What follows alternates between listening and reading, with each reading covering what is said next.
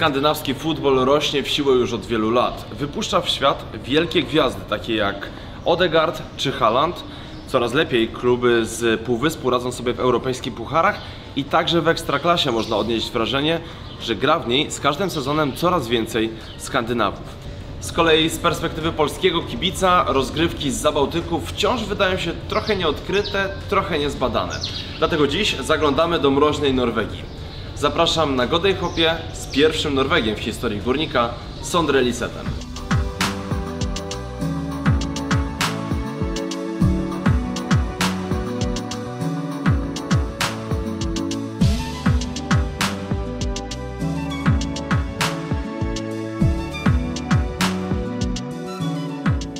Okay, Sondre, before we start, I have something for you. Just to feel you more comfortable. Oh, one for you, yeah, one for me. So you learned already, yeah? Yeah. Yeah. I watch you. Thank you. Tell me, please, what's the story behind those two sticks? No, it's not a big story. It's just like, you know, when you finish eating, you have like stuff in between your teeth, and I think it's kind of my way to relax myself. Like, you know, when you have this in your mouth or you're just working like this, you're like relaxed and composed and not stressed. So it's like maybe a little bit a mental thing, but I don't think so much about it. But thank you. I just observed that you are really relaxed, like during the day, but of course on the pitch you are a warrior, you are a fighter, but after all you are chill. Even when you have 4 cameras here, no stress. Yeah, I think it's when you get older and when you have been used to these things for a while, it becomes more a natural thing, and I'm very feel comfortable about myself, and maybe when I was younger I was a little bit more stressful and was thinking what other people are saying about me, but now I'm just a chill guy, and as I get older, it's like this. Yeah, right now it's very popular phrase, chill guy. Yeah, I was actually thinking about it, like I'm just a chill guy, so you can use this one, yeah? Yeah, for sure we will. My friends used to send me this one, like when you argue with your girlfriend, but you're just a chill guy. It will be on our TikTok for sure. I think this is me, this guy, I'm just a chill guy, yeah. How did you build your confidence in a career? I think from a very young age, I think this is for every footballer, but for me it's like you have a strong belief in yourself. I think I know very well what I can do and what I cannot do, and it's about getting your best sides out there every day as a person, but also as a footballer. And for me this will give me strength, and especially when you come into a new group, a new team, it's like very much about being yourself and show the guys around you who you are, and if you are then a good guy, you will be taken good care of, and I felt so far it's been very nice. Yeah, but I saw like you are confident, you are not stressed, but also you are not arrogant, you are humble. Is that something that you learned in being a child, or it comes later? Sorry. I think it comes from a good parenthood, if I can say that. I've been raised in a great family. I've been so lucky through my youth years, and I had any opportunities to do what I want, and also to have good morals and ethics, and for me this has been important in football and also in life, as you said. And for me it's like if you work hard and you're humble, then you will get what you deserve. And for me it's been like this my whole career. Maybe I've been the most talented, but I've always worked hard and stayed humble, and this has taken me this far. You said about your family, and I need to tell you that it was so hard for me to prepare for this interview, because there are not many information in Polish or in English language. Of course, I cannot read in Norwegian. But I was speaking with your roommate. Yeah. Damian Rasak. Damian Rasak. He told me, my former roommate. Yeah, former roommate. Yeah. Now you're with Nikodem. Yeah, Nikodem. Yeah. And he told me that you are a very family person. Yeah. Is that right? I know that you are also going with the family annual skiing in Norway. Yeah, that's correct. Like I said, I had a great childhood. Been very lucky and had my nearest family close to me all the time, and been fortunate to travel to go skiing from I was a young kid and do all of these kind of things. And of course my family is important to me. I have 2 siblings and also now a girlfriend who will come join me in Poland and to live, and yeah, so I'm just very lucky. And love to skiing, how did it born? When did it started?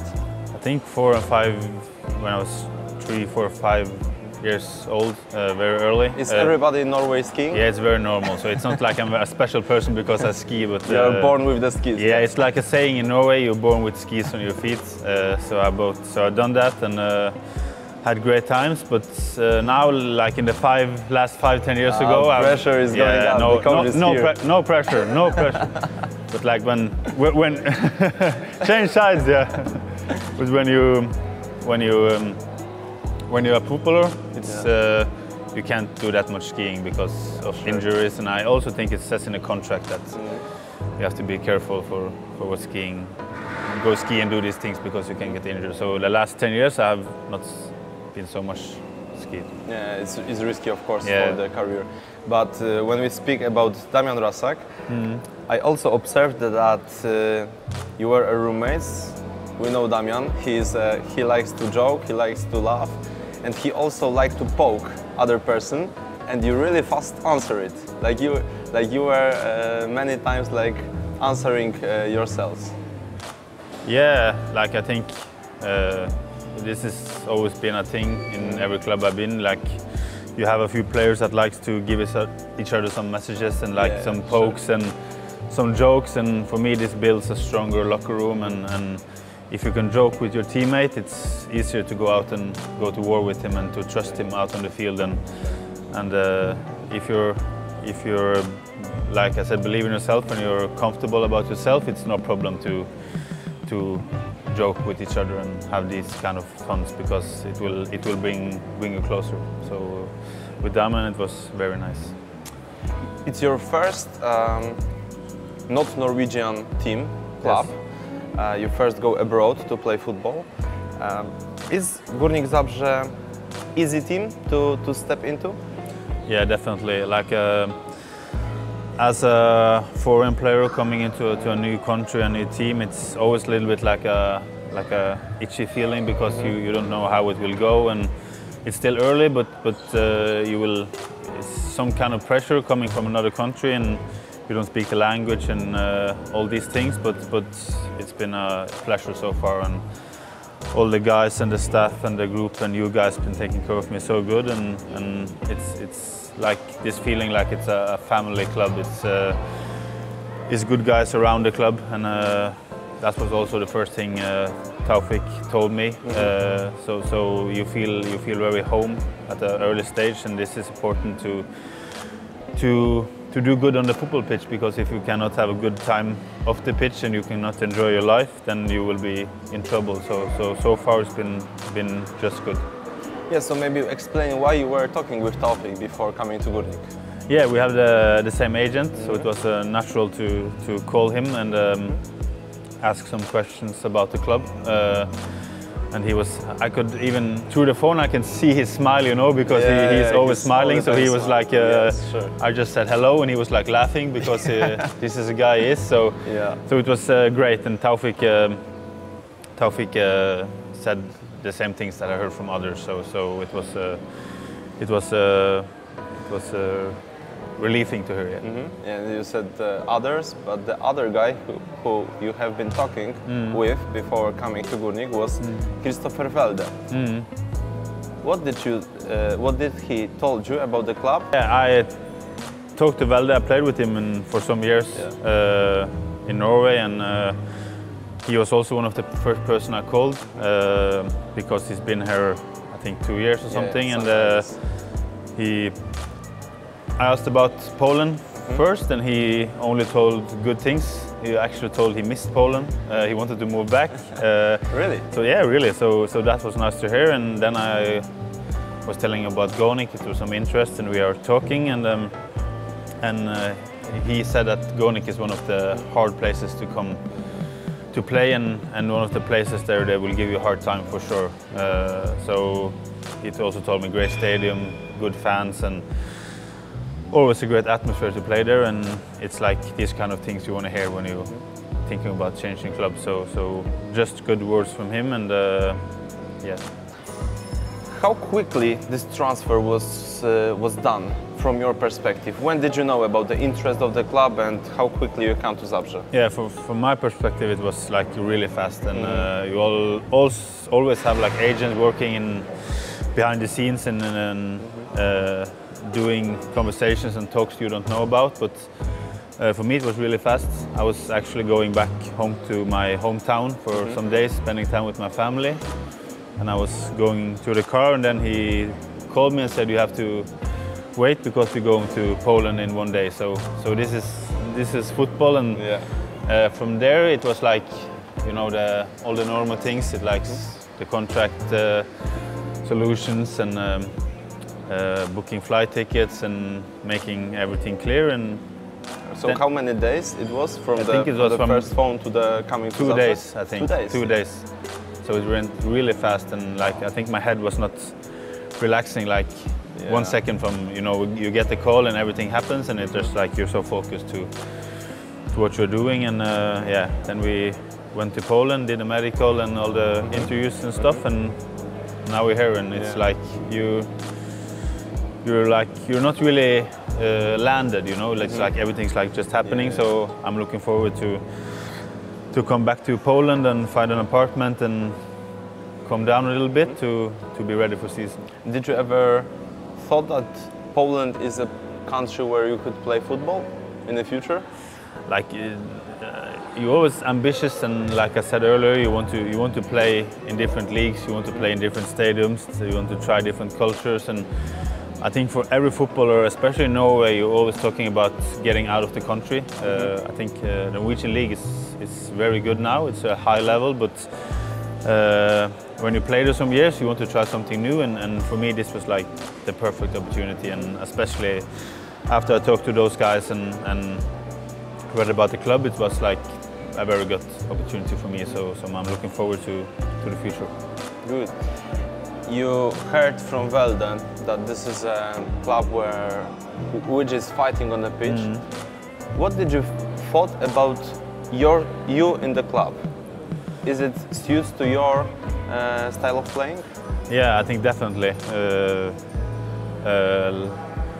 The first word I learned from here was what Godej means, like a minor worker, and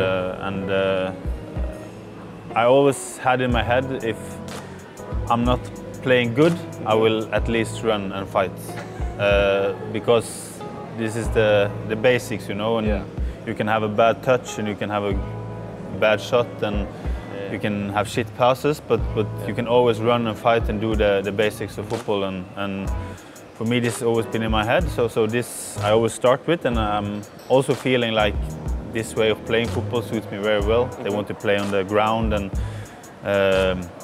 want to keep the ball in the team, and I also that kind of player that likes to keep the ball and not lose it and try to find solutions. So for me, so far it's been very nice.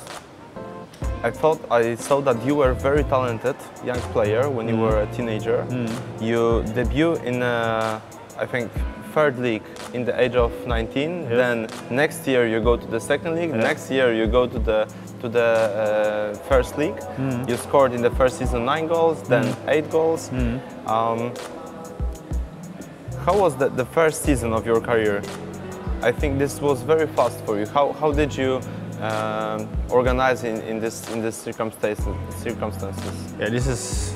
I think it's been my strength, maybe, that I take like the next step very fast. So like you said, I developed fast, and I went from the third division 1 year, second division, first division, then the top division in like 3 years or something, and it's like very important thing to adapt to the new level, and that's what I'm trying to do here also, to learn my new teammates and how they play on the field. And if you can do that, you will take the level. And in Norway, it also was like this. So it always comes back to the belief. You know, when you come into a team, you have to believe in yourself. You have to be strong in the head to know that you can contribute. And of course, I'm not stupid, but I'm confident, and I think you have to be that in this level to play in extra class. If not, you will get killed. So this is my mentality. That's the good headline. I'm not stupid, I'm confident. That's a good headline. Thank you. You've played over 100 games in Norwegian top division. You've played with Kristoffer Welde, for example, which is well known in Polish Ekstraklasa. And we also know that he's, let's say, funny guy who likes to also party. Is that true? I will not say he's like, maybe not like to party, but he's like, he has a lot of energy. he is like, when we talk about joking in the locker room, he's like the #1 player I played with. He always do some crazy stuff and joking with his teammates, and always want to do something. And I think that maybe reflects him a little bit on the field also. He's like a firework, you know. He's like suddenly out of nothing he can do this little extra, and it's like that also off the field. So do you remember any funny story with him? Yeah, it's some things I cannot say on camera, but he was always pouring cold water over people, and like yeah, it was so much like taking his toothbrush and throw it away, and taking it in the what is called, like where you go to toilet. Oh yeah. Like, yeah, in the toilet. Yeah, these kind of things. Yeah, always like crazy things. So but he's a good guy also. He's very kind, very emotional. But yeah, I love to play with Welde.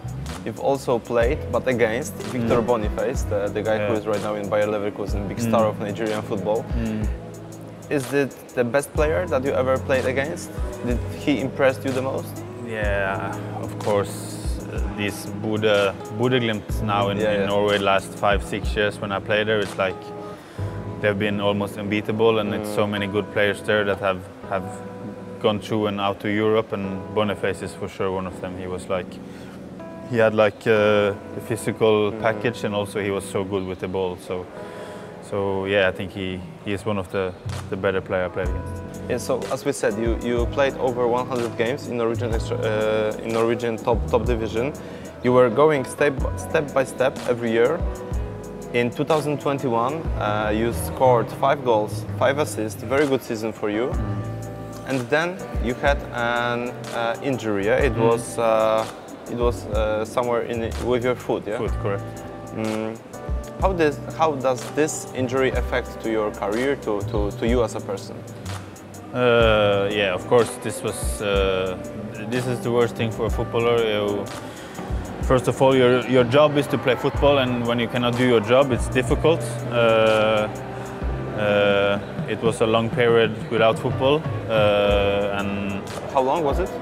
I think it was almost over a year, because I had to take a surgery, and then I had to take a surgery again, so it was a little bit complicated.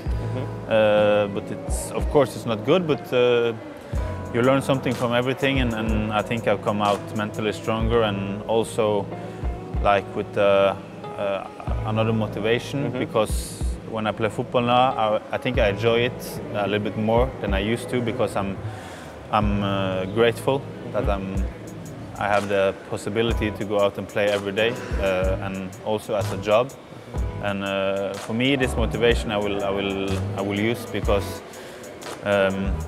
when you hit like the bottom and you think you cannot come to a good level again, you're happy when you do it, but then you want to go even further. So like now I've never been so motivated before for myself, and also to help the club, and so this is the feeling I'm taking from the injury. So I think of course it's not what you want, but if you see it on the other side, it will for sure give you some extra motivation, and you will be stronger in your head.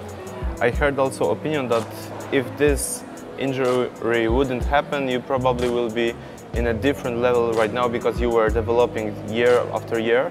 And did you know any big interest about you in that time in 2021? Yeah, of course I knew. We were talking, and my agent was on it. But yeah,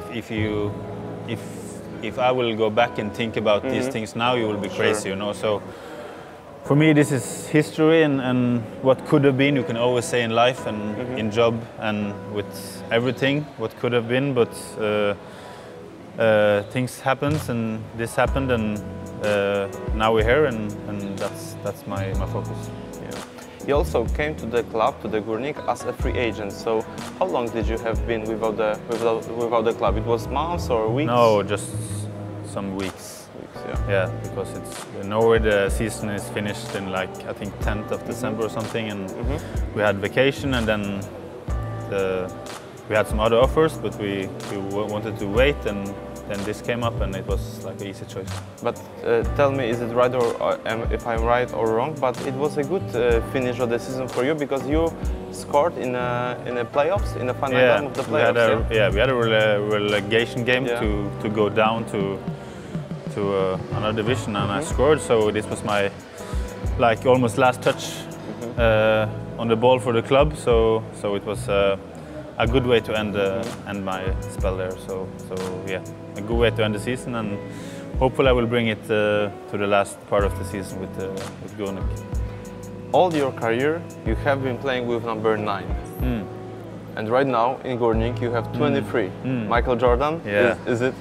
Michael Jordan, David Beckham. No, I never cared so much about numbers in this way.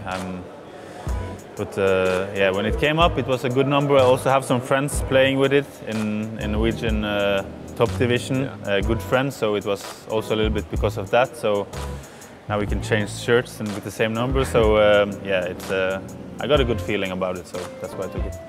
Your passion is also basketball, something like this? No. Just Michael Jordan? I like Michael Jordan and The Last Dance, but I've never watched any basketball. But I like the TV series, and I like he as a person. Okay, so at the end, I need to ask you about your goals, about your dreams connected with this period of your career, with Górnik. We know that Rassi is still not with us, so there is a space in the midfield. So, what would you like to do in the next future, in the closest future in Górnik? Like I'm always said, it's about contribute in one way or another.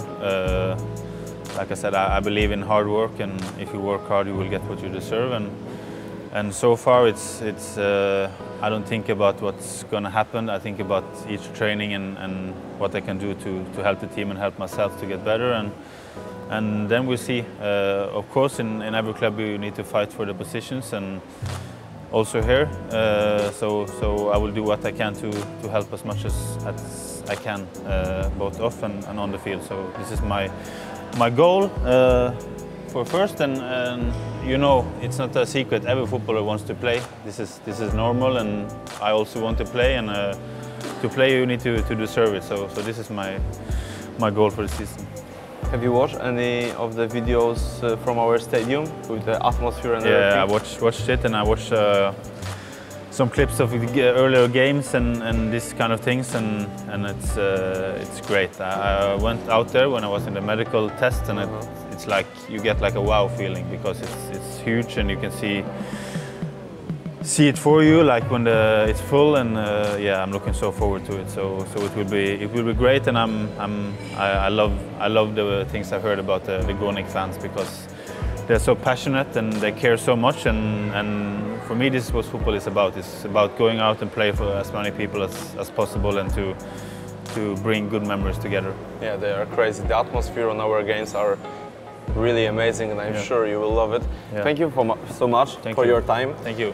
Dziękujemy również Państwu za poświęcony czas, za obejrzenie kolejnego odcinka Godej Chopie i zapraszamy do oglądania kolejnych produkcji na kanale Górnik TV.